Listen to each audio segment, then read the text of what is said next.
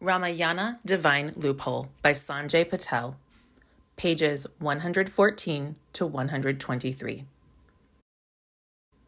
Page 114. Sita's Honor. After the war was won, Sita was set free and restored with clean clothes and jewelry befitting her beauty. She was brought before her prince upon a royal palanquin. The entire jungle army stood breathless as the princess emerged and was escorted toward Rama.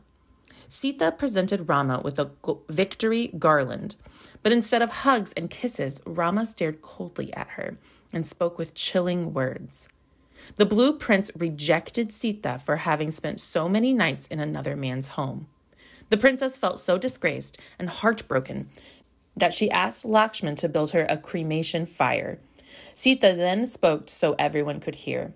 She declared that if she were innocent, she would be unharmed by the flames.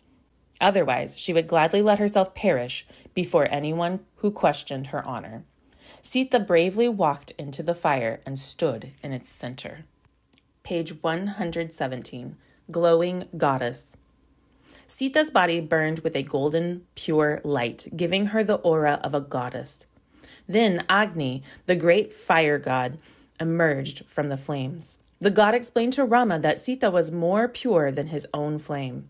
She was faultless and perfect. Agni proclaimed that no doubt or question should ever be raised of her again. With this final word, the flames and the fire god were extinguished, and Sita was delivered back to Rama, glowing radiantly as a jewel. Rama kneeled before Sita and apologized for his behavior. As he explained everything that he'd done to find her, Sita's heart softened and she forgave him. The two gazed at each other with an abundance of love as the crowd cheered. Times have changed, as have customs, but love has always been complicated. Page 119. Time flies.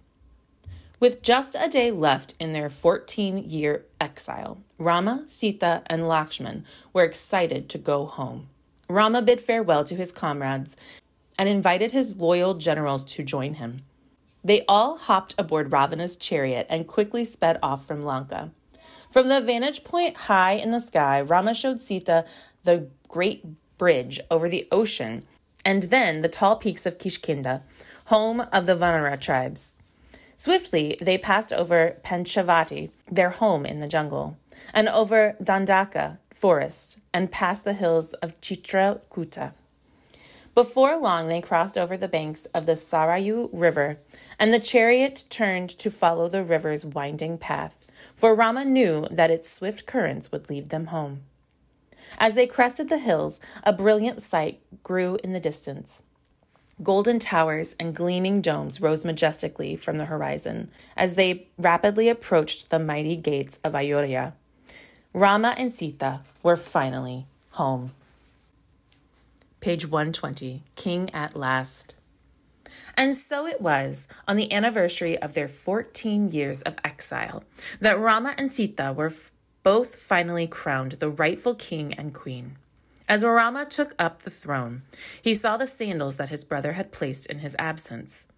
Shatrugna and Bharata returned from their self-imposed exile and were honored to remove the shoes from the throne and place them back onto Rama's feet.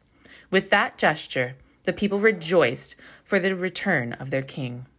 One by one, Rama called upon all of his loyal generals and explained to his court what each member had done to serve him during their grueling ordeal. After 3 months, it was time for his comrades to take their leave. Jambavan and Sugriva extended invitations to Rama, Lakshman, and Sita to visit their kingdoms so that they could honor and welcome them as kings. When it came time for Hanuman to depart, Sita gave the Vanara a very special gift, a necklace from her most cherished pearls. The Vanara welled up with tears and swore an oath to Rama and Sita to always be their loyal devotee and humble servant. And so began the reign of peace and prosperity that lasted longer than any other monarch's reign in India, known as Ramaraja, the rule of King Rama. To this day, much of India still celebrates Rama's return from exile and his victory over Ravana during the Hindu festival known as Diwali. The end.